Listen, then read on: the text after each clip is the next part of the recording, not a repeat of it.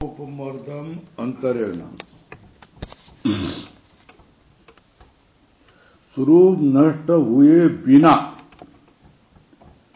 स्वरूप उपमर्दम अंतरेण स्वरूप का नाश हुए बिना कस्यचित् कूटस्थस्य वस्तुनः कारणत्व अनुपत्तेर स्वरूप का नाश हुए बिना किसी भी कूटस्थ वस्तु का कारण बनेगा नहीं। कारणत्व अनुपत्तिर अभावात् भाव उत्पत्ति भवितुम अर्हति।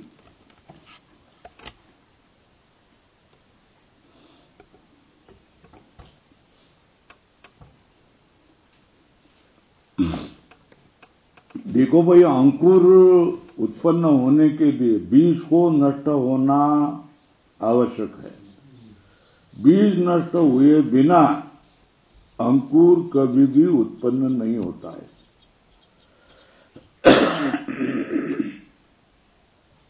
अशोक का नाही आला,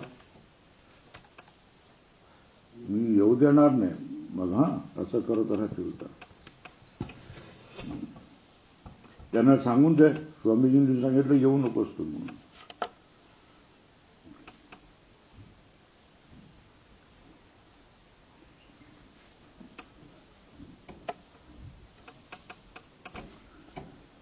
स्वरूपम उपमर्दम अंतरेण कस्यचित् कूटस्थस्य वस्तुना कारणत्व अनुपत्तेर कोई भी कूटस्थ वस्तु कारण कब बनेगी? उसका स्वरूप का नाश होए तब। और कूटस्थ वस्तु मान रहे और स्वरूप का नाश नहीं होता है, वो कारण नहीं बनेगा। कारण क्यों बनेगा? जो जो कारण बनना है तो कार्य उत्पन्न के लिए पहले स्वरूप का नाश अवश्यम भावी है। स्वरूप का नाश होगा ही। स्वरूप का नाश होगा तभी क्या हो जाता है, वो वस्तु कारण बनती है। और किसी कूटस्थ वस्तु का स्वरूप उपमर्दन नहीं होता है तो वो कूटस्थ वस्तु कारण नहीं होगी, है ना। इसलिए अभाव से ही क्या, अभावात् भाव उत्पत्ति भवितुम अर्हति। अभाव से ही किसी भी कूटस्थ व्यक्ति नष्ट हुए बिना कारण नहीं हो सकता है। कूटस्थ मान रहे और नष्ट होता है ऐसा मान रहे तो विरुद्ध है। कूटस्थ होता है तो नष्ट नहीं होगी, नष्ट नहीं होगी तो कारण नहीं बनेगा। इसलिए हमको क्या मानना पड़ता है कि अभाव से ही किसी की उत्पत्ति, भाव की उत्पत्ति होती है, ऐसा मानना पड़ेगा। कूटस्थ वस्तु है, सिद्ध वस्तु है, वो तो कारण क्यों बनेगी? क्योंकि नष्ट नहीं होती। जो जो कारण बनने वाली वस्तु है उसको तो नष्ट होना पड़ता है, पहले नष्ट होना पड़ता है। पहिया घर का कारण है ना, तो पहियों को स्वयं को जमीन में गाड़ लेना पड़ता है, तभी ऊपर घर होता है। पत्थर, सीधे साधे पत्थर नष्ट हो जाते और सीधे पहिए के पत्थर गड़ जाते, तब पहिया बन जाता है ना। जमीन जो सीधी समतल है उसको क्या करना, खोदना पड़ता है, तो नष्ट होगी ना, समतलता नष्ट होगी ना। तो पहले नष्ट होना पड़ता है तब दूसरे को ही उत्पन्न होता है ना। और कूटस्थ वस्तु टूटे, उसका नाश हुए तो वो कूटस्थ नहीं। और कूटस्थ करता है तो नाश नहीं होता है, और नाश नहीं होता है तो कारण नहीं बनेगी, है ना। तो कूटस्थ वस्तु कारण नहीं बन सकती है, क्योंकि उसका नाश नहीं होता है, मान रहे हैं। तो फिर अभाव से ही उत्पन्न होता है ना भाव पदार्थ, कोई भी भाव पदार्थ अभाव से ही उत्पन्न होता है, ऐसा मान के बैठो ना, ऐसा मानो ना। ये बौद्धों का कहना है। अर्हति की दुरुत्तरम, दुरुक्तम, ये गलत है।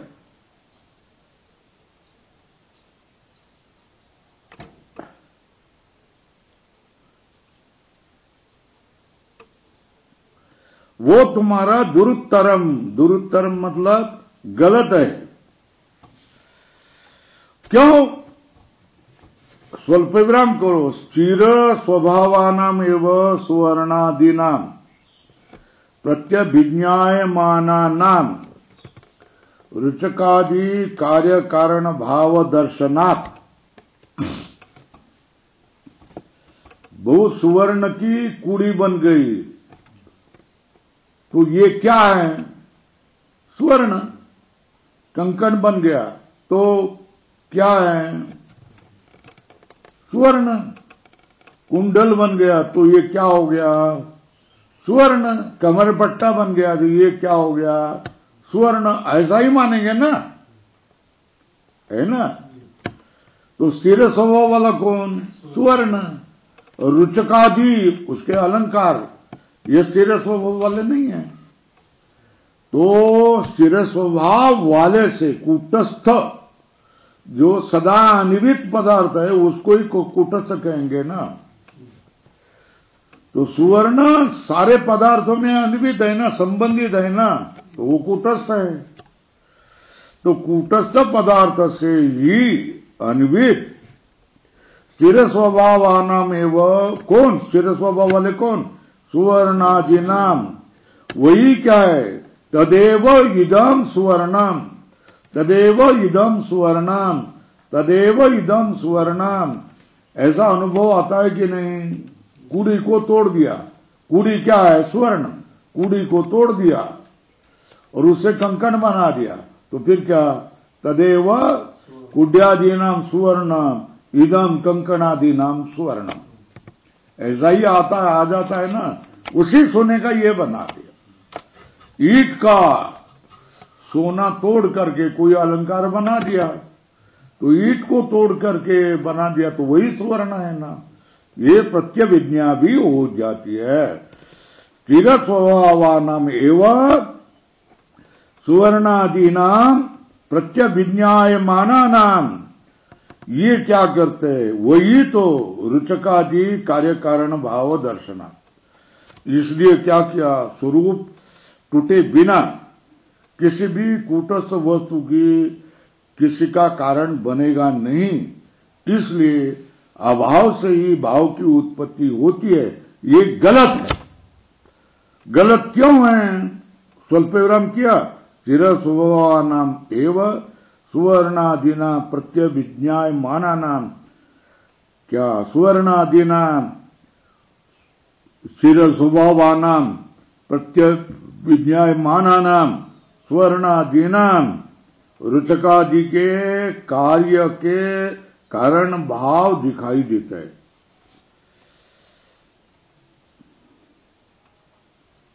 रुचकादि के कार्य का कारण भाव बन जाता है। जो बीजादि में तुमने कहा है, बीजादि में बीज टूटता है और अंकुर होता है, ऐसा कहा ना। येषु अपि बीजादिषु स्वरूप उपमर्दो लक्ष्यते, है ना। तेषु असु तेषु अपि न असौ उपमृज्यमाना पूर्वावस्था उत्तर अवस्थाया कारणम उपगम्यते। क्या?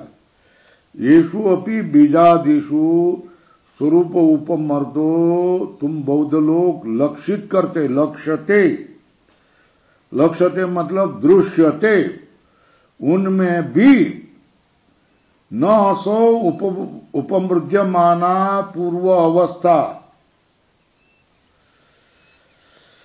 तो वो उसमें भी उपमृज्यमाना पूर्वावस्था उत्तरावस्थाया कारणम अभ्युपगम्यते। क्या उपमृज्यमाना पूर्वावस्था उत्तर अवस्था को कारण माना नहीं जाता है।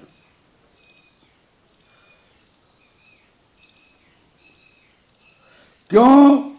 अनुपमृज्यमानानाम एव अनुयायिनाम बीजादि अवयवानाम अंकुरादि कारण भाव अभ्युपगमात्।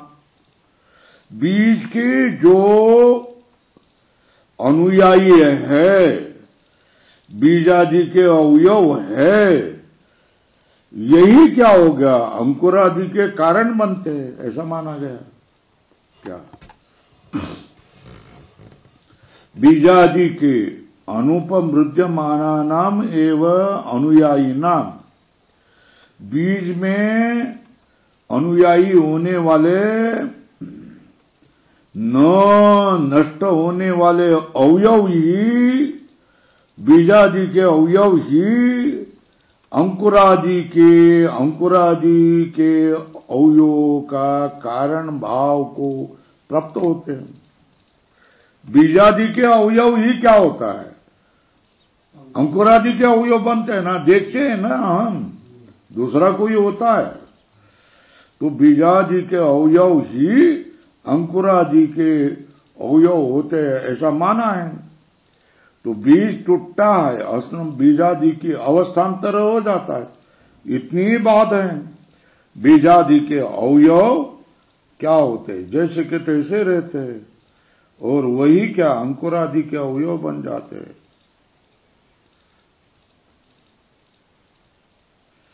बीजादि अवयवानाम अंकुरादि कारण भाव अभ्युपगमान। तस्मात् असद्भ्यः शशविषाणादिभ्यः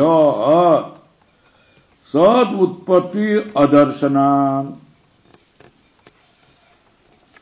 इसलिए असत जो शशविषाण आदि है, उससे सत की उत्पत्ति दर्शनात्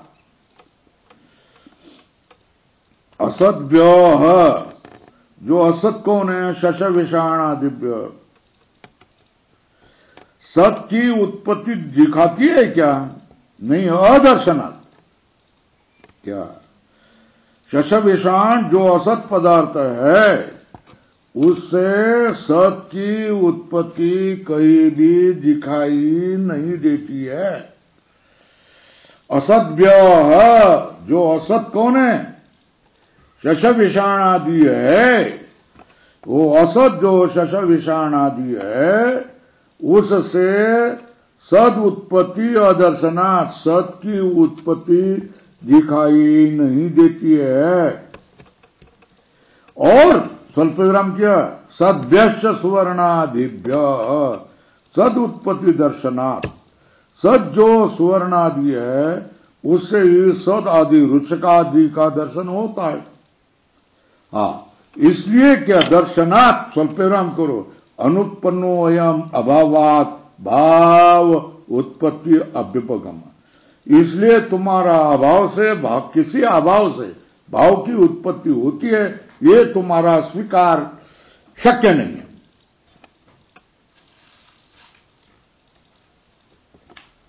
अपि च चतुर्भ्यः चित्त चेता उत्पद्यन्ते। चार से क्या होगा? चार से क्या है? विषय, करण, सहकारी और संज्ञा, ये चार है। अपि च चतुर्भ्यः चित्त चैता उत्पन्यते। चित्त और चित्त से उत्पन्न होने वाले पदार्थ उत्पन्न होते किससे? विषय, करण, सहकारी और संस्कार से ही चित्त उत्पन्न होता, चित्त के पदार्थ भी उत्पन्न होते। और परमाणु व्यक्ष भूत भौतिक लक्षण, और परमाणु से परमाणु व्यक्ष भूत भौतिक लक्षण समुदाय उत्पद्यते अभ्युपगम्य। क्या 4 से ही चित्त और चैत्य पदार्थ उत्पन्न होते हैं। परमाणु से भूत भौतिक लक्षण समुदाय संघात उत्पन्न होता है। ये तुमने माना ना, है ना? बोलो भाई, चित्त और चैत्य पदार्थ किससे उत्पन्न होते हैं? अभाव से नहीं, किससे? बोलो ना, चतुर्व्यय। और सारे समुदाय भूत भौतिक लक्षण किससे होते हैं? तो बौद्धों ने किसको कारण माना है? जगत के सारे पदार्थ को कारण किसको माना है? परमाणु को कारण माना है। भूत भौतिक पदार्थ की उत्पत्ति के लिए कारण कौन? और चित्त और चैत्य पदार्थ निर्माण करने के लिए कारण कौन? 4। कौन 4 कारण? विषय, करण, सहकार्य और संस्कार। विषय, करण, विषय और इंद्रिय, उसके सहकारी और संस्कार, ये कारण है किसके? चित्त और चैत्य पदार्थ के लिए। और बाकी सारे पदार्थ के लिए परमाणु कारण है। अब क्या कह रहे आप? सारे भाव पदार्थों को कारण कौन है? अभाव। लज्जा आती है? समझ में आया कि नहीं आया? क्या एक बार तुमने कहा ना, कार्य कारण भाव कह दिया ना? कार्य कारण भाव क्या कह दिया? 4 से चित्त और चैत्य पदार्थ निर्माण होते। परमाणु से सारे भूत भौतिक लक्षण सारे पदार्थ निर्माण करते, है ना? ऐसा एक बार तुमने कह दिया है ना। अब पुनर्भाव अभावात भाव उत्पत्ति कल्प धीर अभ्युपगतम अपनवान एव वैनाशिक सर्वो लोको आकुली क्रियते। जो तुमने एक बार माना है ना, उसको ही तुम क्या कर रहा है? छिपा रहे हैं ना। क्या माना है? 4 से क्या होगा? चित्त चैत्य पदार्थ निर्माण होते, परमाणु से सारे व्यवहार होते। तो सारा व्यवहार हो गया ना। अब क्या होना? नहीं, भाव से भाव पदार्थ उत्पन्न होते, है ना? ऐसे मानने वाले, कल्पना करने वाले, क्या जो माना हुआ का उसको ही छिपाने वाले के कारण सर्वलोक क्या हो गया? इधर उधर हो जाएगा। आकुली भवे, सर्वलोक क्या हो गया? आकुली हो जाएगा। सर्वलोक आकुली क्रियते, सर्वलोक आकुली किया जाएगा, है ना? तो ये हो गया, किसका अर्थ हो गया? न असतो अदृष्टत्वात्। असत से मतलब अभाव से कोई पदार्थ उत्पन्न नहीं होता है, क्योंकि ऐसा कोई देखा नहीं, है ना? ये सूत्र हुआ। अब आगे अभावाधिकरण, अभाव का अधिकरण चल रहा है। उदासीनानामपि च एवं सिद्धि।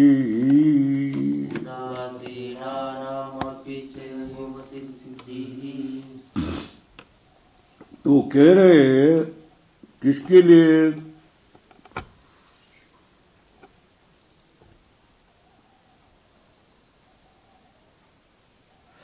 अभाव से कुछ उत्पन्न होता है क्या? पूर्व पक्ष बौद्ध मानता है ना, अभाव से भाव उत्पन्न होता है। तो शशविषाण ये क्या है? गगन को सुम ये क्या है? अभाव है ना। उससे भी कुछ उत्पन्न करके दिखाओ ना। खाने पीने के पदार्थ उत्पन्न करके दिखाओ ना।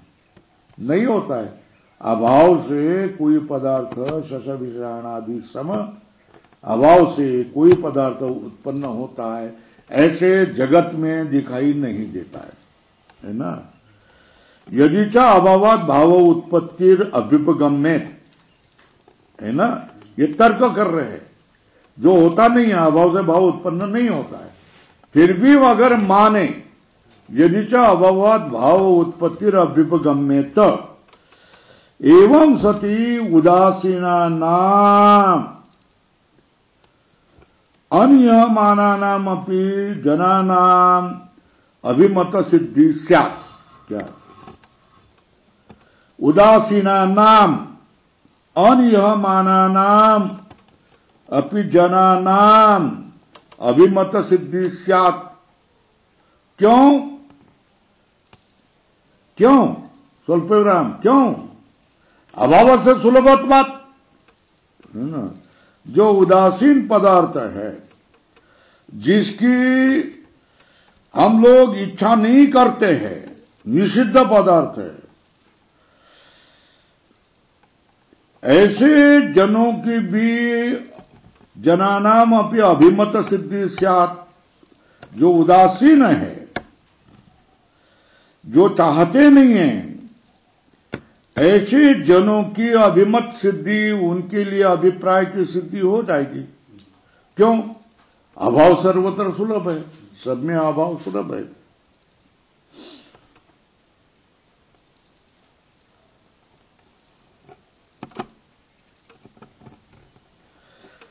देखो भाई, कृषि वाला मतलब किसान, शेतकरी।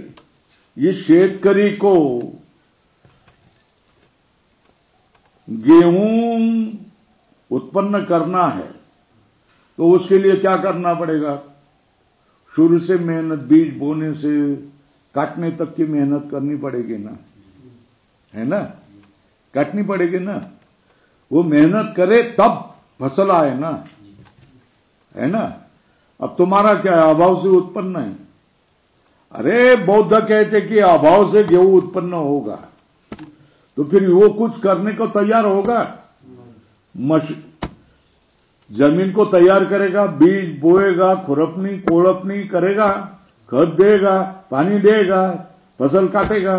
नहीं, ये कुछ भी नहीं करेगा ना, है ना। कुछ भी करेगा नहीं, है ना। फिर भी गेहूं तैयार उसके लिए होने लग जाएगा ना। क्यों? अभाव सुलभ है ना। अभाव सबके लिए सुलभ है। उदासीन का अर्थ है काम न करने वाले। उदासीन का अर्थ क्या है? काम कर्म न करने वाले को भी। कृषि वलस्य क्षेत्र कर्मणि अप्रयतमानस्य उदासीन सस्य, सस्य मतलब फसल की निष्पत्ति स्यात्। और भी क्या है? कुलालस्य च मृत संस्क्रियायाम अप्रयतमानस्य अपि अमत्र, अमत्र मतलब भांड बासन, उत्पत्ति होने लग जाएगी। तंतुवायस्य अपि तंतून अतन्वानस्यापि तंतून अतन्वानस्यापि तन्वानस्य इव वस्त्र लाभ। तंतुवाय मतलब जुलाहा, तंतु को एक दूसरे में संयोग न करने वाला, संयोग करने वाले को जैसा वस्त्र लाभ होता है, संयोग न करने वाले जुलाहे को भी वैसा ही वस्त्र लाभ होगा।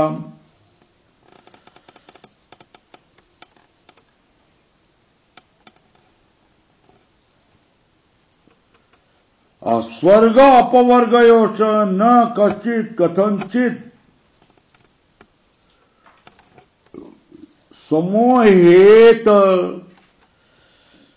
स्वर्ग और अपवर्ग के लिए कोई किसी को भी मोह को प्राप्त नहीं होगा।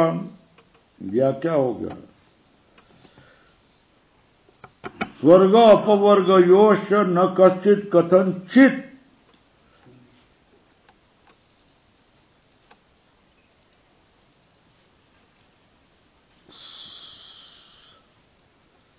समोहेत। स्वर्ग और अपवर्ग के लिए कोई भी कदाचित भी प्रयत्न नहीं करेगा। मगर ये कोई युक्त नहीं है, न च एतद् विद्यते, या किसी ने स्वीकारा भी नहीं है। इसलिए क्या किया? तस्मादपि अनुपन्नो अयम अभावात् भाव उत्पत्ति अभ्युपगम। अभाव से भाव की उत्पत्ति को स्वीकारना शक्य नहीं है। क्यों? उदासीनानाम अपि च एवं सिद्धि। जो उदासीन है, न चाहने वाले के लिए भी अभिमत की सिद्धि हो जाएगी। क्या अन यह माना नाम अपनी प्रयत्न न करने वालों के लिए भी अभिमत की सिद्धि हो जाएगी, है ना। चलो भाई, अब यहां एक मन सोना तैयार हो जाए, तो सोना तैयार, 10 मन चांदी हो गई, 10 टन गेहूं हो गया। अभाव समान है ना, प्रयत्न न करते हुए भी इसकी सिद्धि होनी चाहिए, है ना। क्योंकि अभाव से भाव की सिद्धि होती है, अभाव से भाव सिद्धि होती है, ऐसे माने तो उदासीना नाम अपि च एवं सिद्धि। मोक्ष की प्रयत्न न करने वाले को भी मोक्ष हो जाएगा, कर्म न करने वाले को भी कर्म का फल मिलने लग जाएगा, क्योंकि अभाव सर्वत्र समान है। अभावात भाव उत्पत्ति होने लग जाएंगे तो उदासीना नाम अपि च एवं सिद्धि, अभावाधिकरण चल रहा है। न अभाव उपलब्धे, अभाव नहीं होगा, न अभाव उपलब्धे। एवं बाह्य अर्थवादम आश्रित्य समुदाय अप्राप्त्यादिषु दूषणेषु उद्भावितेषु विज्ञानवादी बौद्ध इदानीं प्रत्यवतिष्ठते।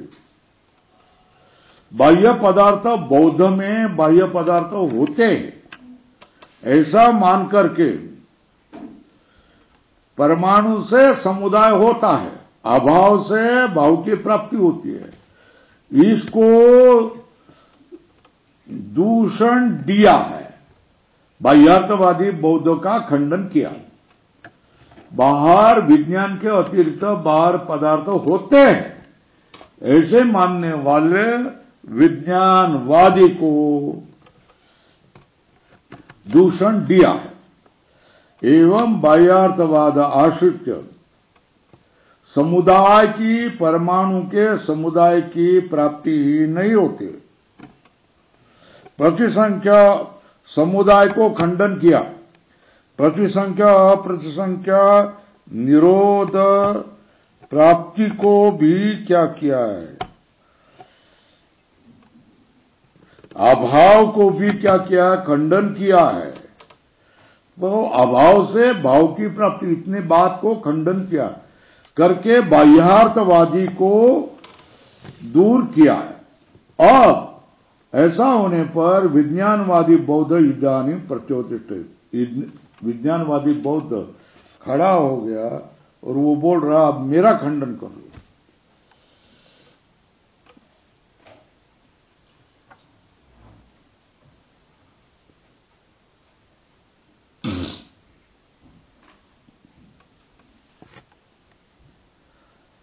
वो बौद्ध क्या बोल रहा है, केशांचित किल विनेयानां बाह्य इव वस्तु नि अभिनिवेशम आलक्ष्य तन अनुरोधेन बाह्यार्थवाद प्रक्रिया यम विरचिता।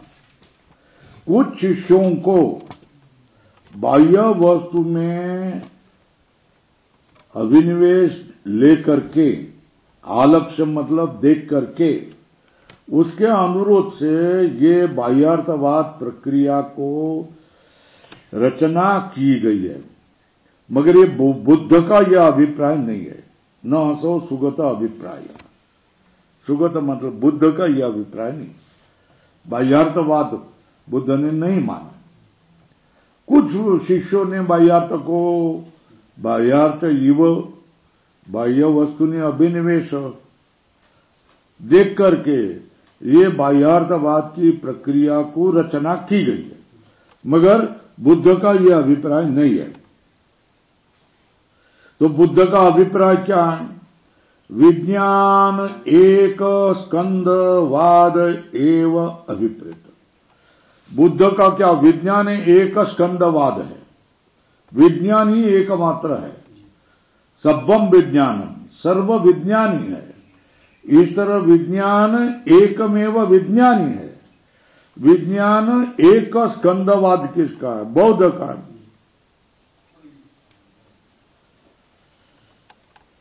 है ना? तस्मिन् च विज्ञानवादी, उस विज्ञानवाद में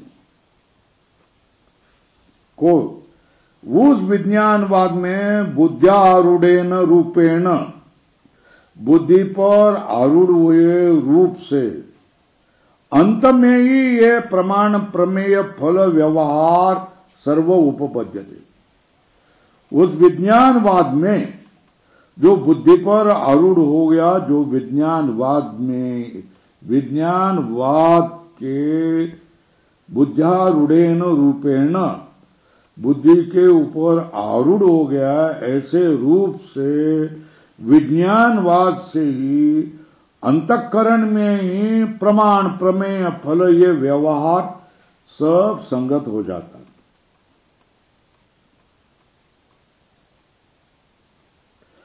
सत्यपि बाह्य अर्थे बुद्धि आरोहरम अंतरेण प्रमाणादि व्यवहार अनवतारा। बाह्य अर्थ हो गए मगर वो बुद्धि पर न चढ़े तो प्रमाण आदि व्यवहार का अवतार नहीं होता। संस्कृत भाषा है कि नहीं?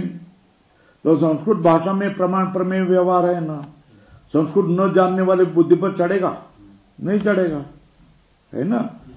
तो बुद्ध्या आरोहम अंतरण, बुद्धि पर आरूढ़ हुए बिना प्रमाणादि व्यवहार का अवतार नहीं होता है। प्रमाणादि व्यवहार की सृष्टि नहीं होगी। बुद्धि पर आरूढ़ होने पर ही प्रमाणादि व्यवहार, बुद्धि समझ जाए तो ही प्रमाणादि व्यवहार हो जाए। बुद्धि में उतर जाए तो ही क्या होगा? प्रमाणादि व्यवहार होगा। बुद्धि में उतर न जाए, बुद्धि में उतर न जाए तो प्रमाणादि व्यवहार नहीं होगा, है ना। सत्यपि बाह्य अर्थ होने पर भी वो वैसा ही होगा। बुद्धि पर आरूढ़ नहीं हुआ तो ये व्यवहार प्रमाणादि व्यवहार का उतारा नहीं होगा। बाह्य अर्थ होने दो, बुद्धि पर चढ़े बिना प्रमाणादि व्यवहार नहीं होगा। कथम पुनरवगम्यते अंतस्थ एवं अयम सर्व व्यवहारो, स्वल्प विराम करो, न विज्ञान व्यतिरिक्तो बाह्यो अर्थ अस्ति। ये कैसा तुम जाने हैं कि अंतस्थ ही ये सर्व व्यवहार है, विज्ञान के अतिरिक्त बाह्य अर्थ नहीं है? प्रश्न चिन्ह करो, ये कैसा तुम जान लिए भाई? बोलो ना, क्या प्रश्न पूछा? ये सारा व्यवहार अंतस्थ ही होता है, बाह्य व्यवहार नहीं है, विज्ञान के अतिरिक्त बाह्य अर्थ होता नहीं, ये कैसे तुम मानते हैं? वो तद असंभवाद इत्याह, वो असंभव है, बाह्य व्यवहार असंभव है।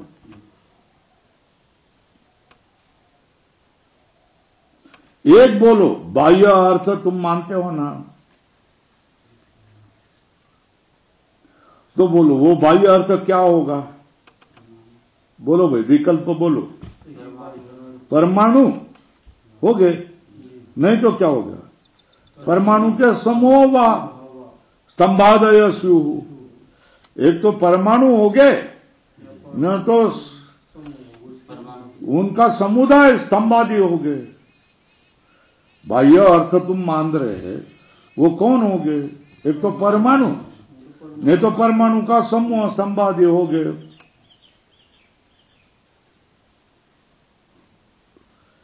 देखो, परमाणु तो परमाणु हो गया ना, वो स्तंभादि प्रत्यय परिच्छेद्या भवितुम अर्हन्ति, है ना। जब परमाणु तुम मान रहे हैं तब वो स्तंभ, ये स्तंभ है, इस ज्ञान के विषय बनेंगे नहीं वो। जो परमाणु किस ज्ञान के विषय बनेंगे? बोलो ना, परमाणु, परमाणव, ऐसा ज्ञान होगा तो उसके विषय कौन बनेंगे? परमाणव बनेंगे। और किस ज्ञान के विषय नहीं बनेंगे? घट ज्ञान का विषय कौन? अरे घट। पट ज्ञान का विषय कौन? पट। मठ ज्ञान का विषय कौन? तो परमाणव इस ज्ञान का विषय कौन?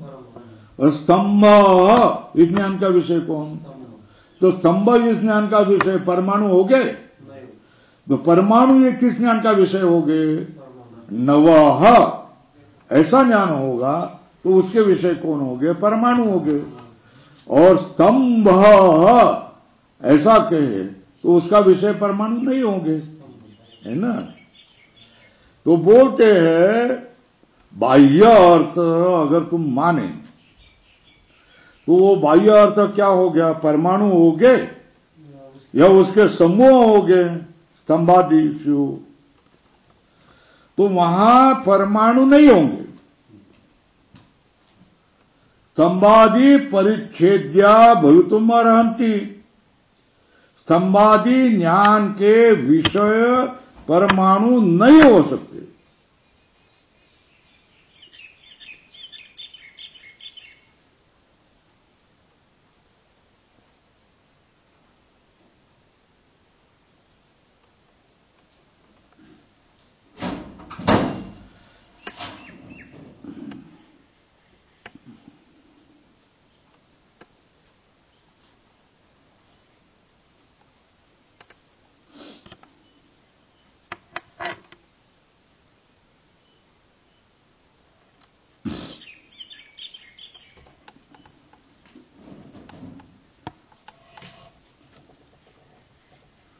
परमाणु का आभास ज्ञान नहीं होगा क्या?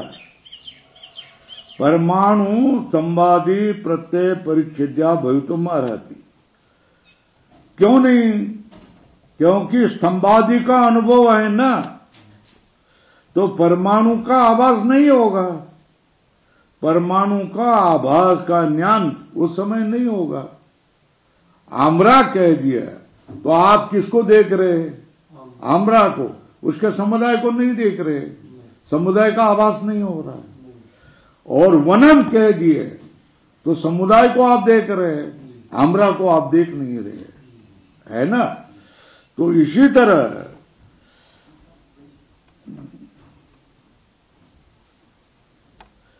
नापि तत्समूह, तत्का अर्थ है परमाणु समूह स्तंभादय। स्तंभादि परमाणु का समूह नहीं है। क्यों? वो स्तंभ परमाणु से अन्य है क्या? तो फिर अनन्य है क्या? निरूपण करो ना। स्तंभ परमाणु से अन्य है क्या? नहीं। तो फिर अनन्य है। तो फिर अनन्य है क्या?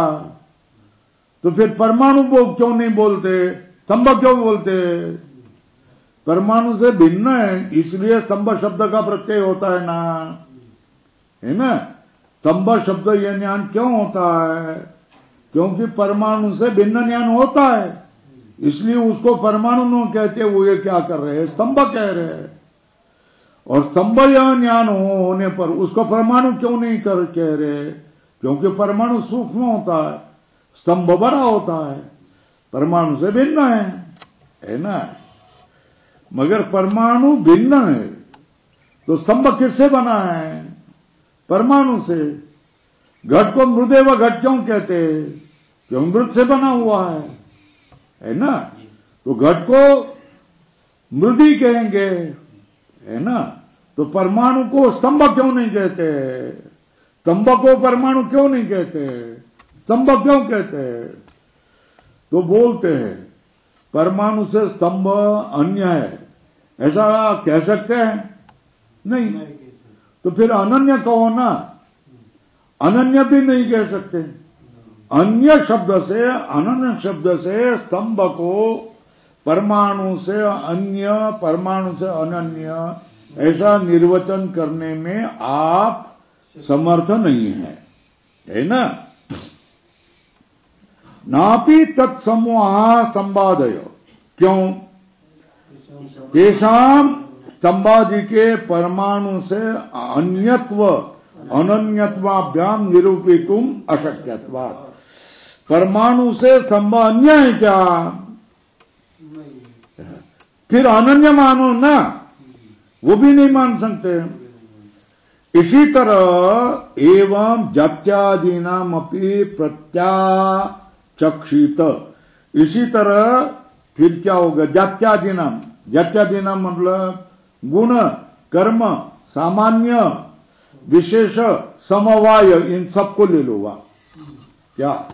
गुण कर्म सामान्य विशेष समवाय जात्यादीनाम एवं जात्यादीनाम प्रत्याचक्षित, उसको भी खंडन होगा। गुण क्या है? द्रव्य से भिन्न है अभिन्न है? नहीं कह सकते। क्रिया द्रव्य से भिन्न है अभिन्न है? नहीं कर सकते। जाति उससे भिन्न है अभिन्न है? नहीं करते। समवाय उससे भिन्न है अभिन्न है? नहीं कह सकते। विशेष उससे भिन्न है अभिन्न नहीं कह सकते, है ना। एवं जात्यादीनाम अपि प्रत्याचक्षित मतलब क्या है? अन्यत्व अनन्यत्वाभ्याम निरूपितुम अशक्यत्वात् प्रत्याचक्षित, है ना। जात्यादि में भी अन्य है अनन्य है ऐसा निरूपण करना शक्य नहीं है, इसलिए खंडन होगा। अपि च अनुभव मात्रेण साधारणात्मनो ज्ञानस्य जायमानस्य योऽयं प्रतिविषयं पक्षपात संबज्ञानम कुड्यज्ञानम घटज्ञानम पटज्ञानम न सो ज्ञानगत विशेषणम अंतरेण उत्पद्यते इति अवश्यम विषय सारूप्यम ज्ञानस्य अंगीकर्तव्यम। क्या कहा?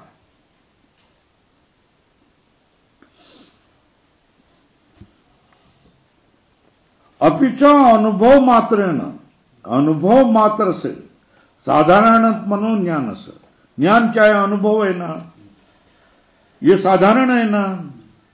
प्रत्येक में ज्ञान ज्ञान ज्ञान ज्ञान ज्ञान ज्ञान ज्ञान ज्ञान ज्ञान कहा जाता है ना, तो साधारण कौन है? ज्ञान। ज्ञान मतलब अनुभव। अपि च अनुभव मात्रेण साधारणात्मनो ज्ञानस्य जायमानस्य, ये साधारण रूप से ज्ञान होता है, उसका क्या है? प्रत्येक विषय में पक्षपात होता है कि नहीं, है ना। कैसा? ये क्या है? स्तंभ को लेकर पकड़ करके बोला ना, वो ज्ञान क्या हो गया? स्तंभ ज्ञान। फिर भित्ति का ज्ञान, फिर है ना। ये जो ज्ञान का प्रत्येक विषय में पक्षपात हो गया, ये जो विशेष ज्ञान में उत्पन्न हुआ ना, वो तो ज्ञान में होने वाले विशेष के बिना शक्य नहीं है। इसलिए ज्ञान कैसा होता है? विषय सापेक्ष विषय सारूप्यम ज्ञानस्य अंगीकर्तव्यम। इसलिए क्या करता है? ज्ञान क्या होता है? विषय के स्वरूप होता है, ऐसा मानना पड़ेगा। क्या करता है? क्या इसमें बोला?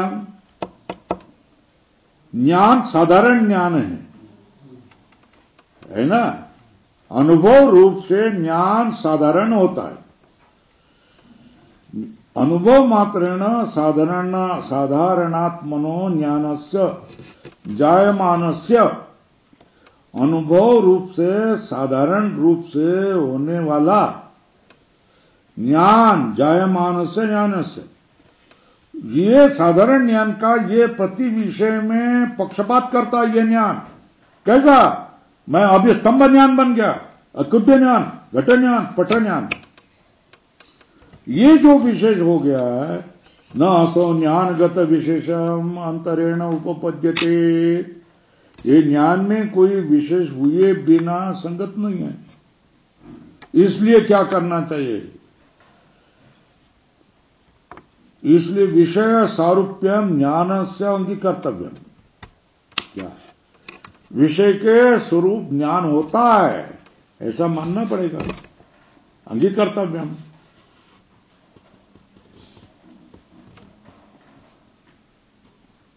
अंगीकार किया ना, ज्ञान क्या होता है? ज्ञान कैसा होता है? विषय सारूप्य होता है, विषय के स्वरूप ज्ञान होता है। एक बार मान लिया कि नहीं मान लिया? ज्ञान कैसा होता है? विषय के स्वरूप होता है, स्वतंत्र ज्ञान नहीं होता है, विषय के स्वरूप ही ज्ञान होता है।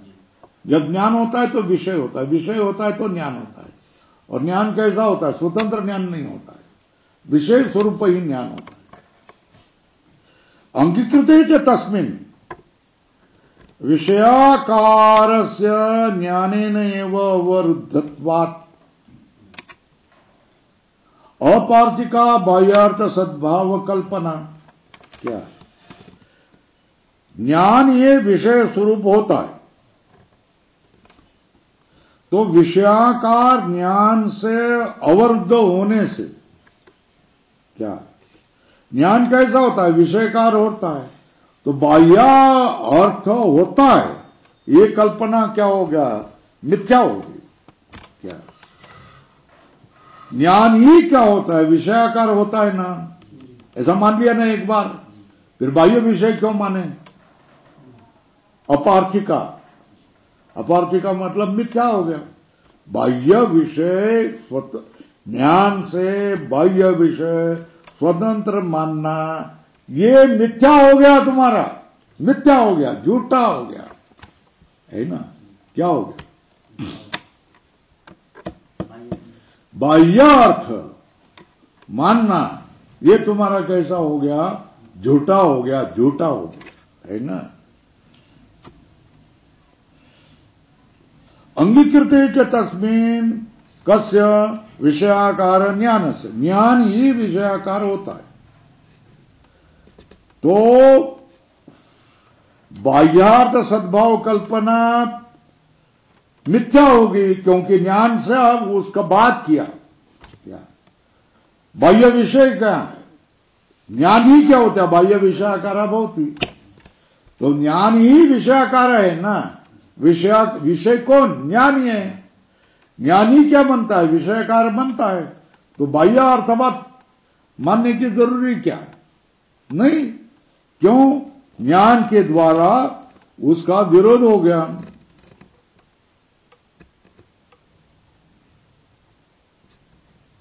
और भी बात, सह उपलंब नियमात, दोनों एक साथ, दोनों का एक साथ ज्ञान होता है,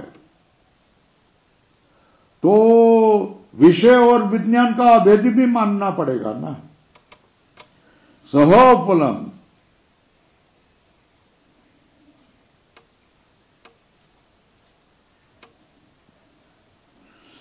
नीचे अनुमान कर रहे हैं, नियम ज्ञान अभिन्न, मिल गया? लाल करो। विषय ज्ञान से अभिन्न है। ज्ञान उपलंब क्षण नियत उपलंब ग्राह्यत्वात्। क्यों? ज्ञान की जब उपलंब होता है, उस क्षण में ही नियम से ही उस ज्ञान का ग्रहण होता है, विषय ज्ञान का ग्रहण होता है। ज्ञान हुए तो विषय का ग्रहण होता है, विषय हुए तो ज्ञान का ग्रहण होता है। इसलिए दोनों में क्या होगा? अभेद है। इसके लिए नियम क्या? सह उपलंब नियमात, दोनों को ज्ञान का विषय, विषय का ज्ञान से सह उपलंब होता है, तो दोनों में अभेद है। अभेदो किसका? विषय विज्ञानियों आपतति। सह उपलंब नियमात, सह उपलंब नियमात मतलब ज्ञान का विषय के साथ, विषय हो तो ज्ञान का उपलंब होता है, इसलिए दोनों में अभेद मानना पड़ेगा। विषय विज्ञानियों अवेदा आपतति। एक विषय नहीं होगा तो ज्ञान होगा क्या? ज्ञान नहीं होगा तो विषय होगा क्या? तो दोनों में से एक का ज्ञान न हो तो दूसरे का भी ज्ञान नहीं होता है ना। अनयोर एकस्य अनुपलम्भे अन्यस्य उपलम्भो न अस्ति। इन दोनों में से एक का लाभ न होने पर दूसरे का भी लाभ नहीं होता।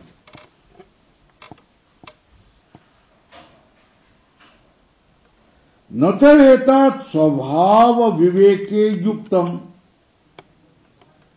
क्या ना, न तो एतत् स्वभाव विवेके,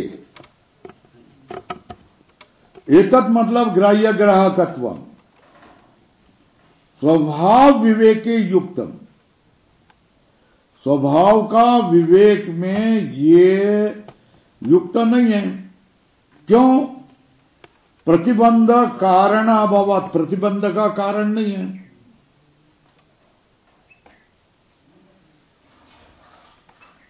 स्वाभाविक विवेक होने पर ये युक्त नहीं है। क्या? ये अपिच सह उपलम्ब नियमात अभेदो, क्या, विषय विज्ञानी और आपतति। क्योंकि एक का लाभ न होने पर दूसरे का भी लाभ नहीं होता है। स्वभाव से ये भिन्न होने पर ये युक्त नहीं है। क्या? गाय नहीं होगी तो अश्व होता है, बैल नहीं होगा तो अश्व होता है, अश्व नहीं होगा तो बैल होता है, क्योंकि दोनों भिन्न है। स्वभाव से भिन्न होने पर ये युक्त नहीं। न तो एता स्वभाव विवेके युक्तम। क्यों? प्रतिबंध का कारण नहीं है ना। भिन्नता का प्रतिबंध करने वाला कारण कौन है? इसलिए क्या होगा? तस्माद अपि अर्थाभाव हो, इसलिए बाह्य अर्थ नहीं है। क्यों? केवल ज्ञान ही है। तो कैसा? जैसे स्वप्न में हम बाह्य पदार्थ देखते, मगर ये बुद्धि के भिन्न होते क्या? नहीं होते। तो स्वप्नादि दृष्टांत देंगे ना। जागृतादय पदार्था ज्ञानात् अभिन्ना ज्ञानत्वात् स्वप्न पदार्थ ज्ञानवत्, यह अनुमान करेंगे। स्वप्नादि वच्च इनम द्रष्टव्यम, अनुमान लिखो ना। जागृत पदार्था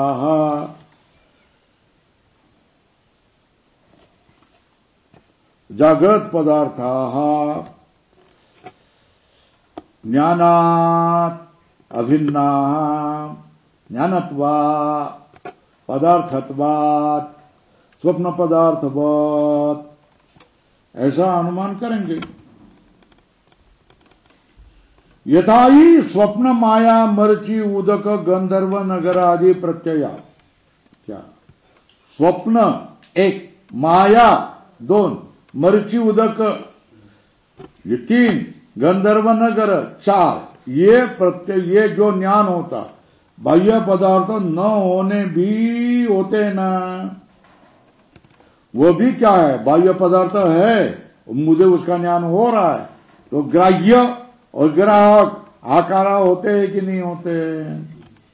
बाह्य पदार्थ हुए बिना ही ये माया, मरीचि, उदक, गंधर्व नगर, ये स्वप्न, माया, मरीचि, उदक, गंधर्व नगर, ये सब बाह्य अर्थ न होने पर भी ग्राह्य ग्राहक आकार वाले होते हैं कि नहीं होते? होते हैं ना। एवं जागृत गोचर अपनी स्तंभादि प्रत्यय भवितुमर्हन्ति अवगम्यते। क्यों? प्रत्ययत्व विशेषत्वात्। प्रत्यय मतलब ज्ञान। क्या?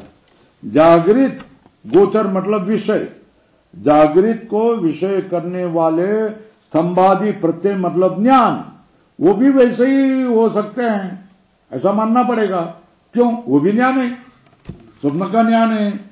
ये स्वप्न के पदार्थ से अभिन्न होता है, तो फिर जागृत का ज्ञान भी क्या होगा? जागृत के पदार्थ से अभिन्न होगा। प्रत्ययत्व विशेषात्, अरे भाई बाह्य पदार्थ नहीं होगा तो घट ज्ञान पट ज्ञान ये भिन्न भिन्न वैचित्र कैसा दिखाई देता है?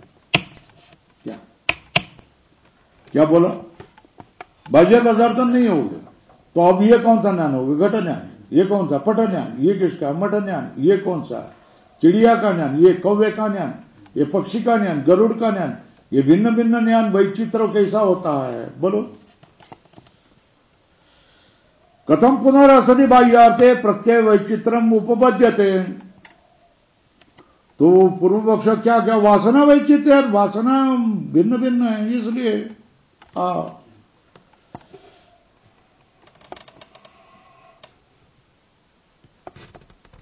है ना। अनादौ ही संसार है, संसार अनादि है ना। क्या? अनादौ ही संसारी, संसार अनादि है। बीज और अंकुरवत विज्ञानानाम वासनानाम च अन्योन्य निमित्त नैमित्तक भावेन वैचित्र्य। क्या अनादि क्या होगा? संसार में बीज और अंकुरवत, क्या अनादौ ही संसार है, अनादि संसार में बीज और अंकुर की तरह विज्ञानानाम वासनानाम च अन्योन्य निमित्त नैमित्तिक भावेन वैचित्र्य।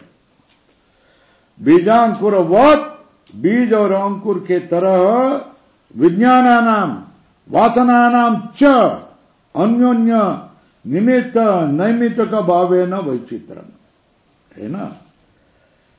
बीजांकुरवत बीजांकुर के विज्ञान की तरह वासनानाम अन्योन्य निमित्त नैमित्तिक भावेन वैचित्रम, वासनाओं का परस्पर निमित्त और नैतिक भाव से वैचित्र होता है, उसका विरोध नहीं होता है। न विप्रतिषज्यते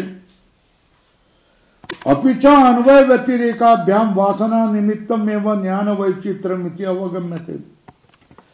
वासना निमित्त होगा तो ज्ञान वैचित्र होता है, वासना निमित्त नहीं होगा तो ज्ञान वैचित्र नहीं होता है। तो अन्वय व्यतिरेक से ही वासना निमित्तम एवं ज्ञान वैचित्रम, वासना होगा तो ज्ञान वैचित्र, वासना नहीं होगा तो ज्ञान वैचित्र नहीं होता है। ये बात समझ में आ गई? तो फिर ज्ञान वैचित्र का कारण कौन? ये किससे जान लिया? वासना वैचित्र किससे जान लिया? वासना वैचित्र के का वासना निमित्त के से ही क्या होगा? ज्ञान वैचित्र, ना। अन्वय व्यतिरेकाभ्याम वासना सत्व, ऊपर लिखो अन्वय लिखो, वासना सत्व ज्ञान वैचित्र, वासना भावे ज्ञान वैचित्र भाव, है ना।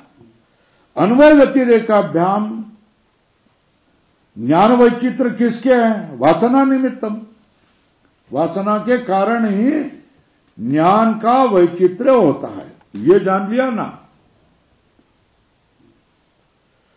स्वप्नादिषु अंतरेण अपि अर्थे वासना निमित्तस्य ज्ञान वैचित्रस्य उवाभ्याम अपि अवाभ्याम अभ्युपगम्यमानत्वात्। स्वप्नादि में अर्थ नहीं होने पर भी संस्कार भिन्न भिन्न होते हैं ना, वो निमित्त होता है ना, इसलिए वहां पर कभी क्या होता है? शेर दिखाई देता है, सिंह दिखाई देता है, कुआं दिखाई देता है, पहाड़ दिखाई देते। ये क्यों दिखाई देते भिन्न भिन्न? वासना के कारण, वासना भिन्न भिन्न होती है, इसलिए ज्ञान भी भिन्न भिन्न होता है। ये स्वप्न में तुम स्वीकार करते हैं कि नहीं? तुम भी स्वीकार करते हैं, हम भी स्वीकार करते हैं। ज्ञान वैचित्र से उवाभ्याम, उवाभ्याम मतलब सिद्धांति पूर्व पक्ष, अवाभ्याम हम दोनों ने स्वीकार किया विभगम्यमानत्वात्।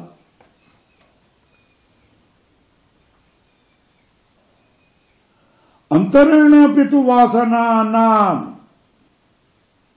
अर्थ निमित्तस्य ज्ञान वैचित्रस्य मया अनभ्युपगम्यमानत्वात्। वासना के बिना अर्थ निमित्त से ज्ञान वैचित्र मैंने स्वीकारा नहीं है।